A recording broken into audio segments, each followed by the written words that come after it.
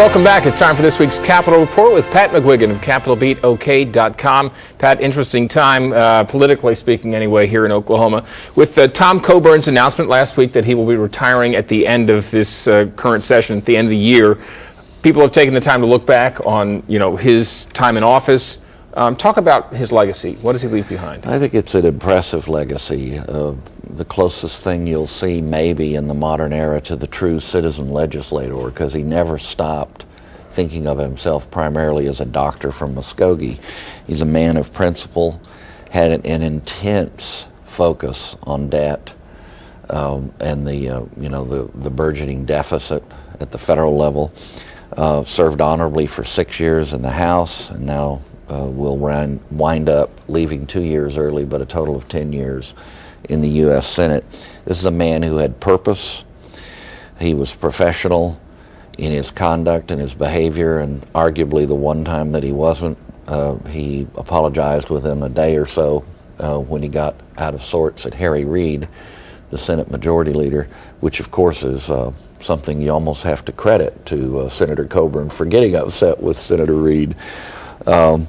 He has a personality that's very interesting. It can be very focused and cool-seeming when it comes to public policy, because he was so upset with the direction the country's taken. And yet I think an old pal from my days in Washington, Chris Castile, who writes for the Oklahoman up there in the National Bureau, made an interesting observation, and that was that it really wasn't personal.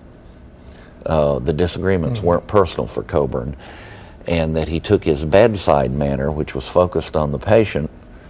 In the case of public policy, it was the whole country.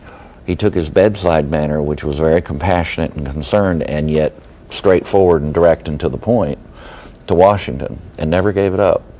So I salute Tom Coburn. That probably wouldn't surprise a lot of people, and even when I disagreed with him, I said, this is a guy who's a real statesman, and need a few more of them in modern politics. Well, you can see he didn't take it personally if you look at who he counted among his friends, including the president. That's exactly right. Now, following this announcement, we've also seen, as you'd expect, a lot of maneuvering. People who are going to make the jump and try to pick up his seat, and that, sets up the old domino effect. Yeah. The 5th district seat is going to be open, and possibly the 1st district seat. Give us some insight. Yeah, this is when those of us that are junkies or wonks like me, both on the policy side and the political side, this is prime time. This is our season, and it's a lot of fun. It's also, of course, ultimately quite serious.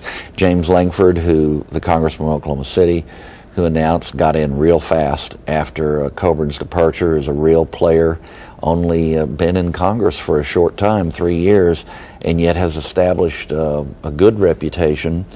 A lot of the national media who disagree with him, because most of the national media is, unlike me, they're pretty liberal, they disagree with him and yet come to him again and again because he's good for a succinct, to the point, direct, blunt, honest comment. Which sounds a lot like Tom Coburn, doesn't it? Yeah, that's right. I wouldn't necessarily equate James Lankford with Coburn yet, but I think he's a serious player. I think he begins as if not a front runner, certainly a serious contender for the position. And then rolling through, T.W. Shannon, the Speaker of the House. This may have come a little early for him in terms of his preparation for higher office. But I would not sneer at his prospects if he jumps in. He's respected, well-liked, and has obvious personal and professional attributes that he would bring to it. He's been a conservative as the Speaker, and that's the first qualification for the Republican nomination. Jim Bridenstine, of course, out of Tulsa, is often mentioned as a possibility.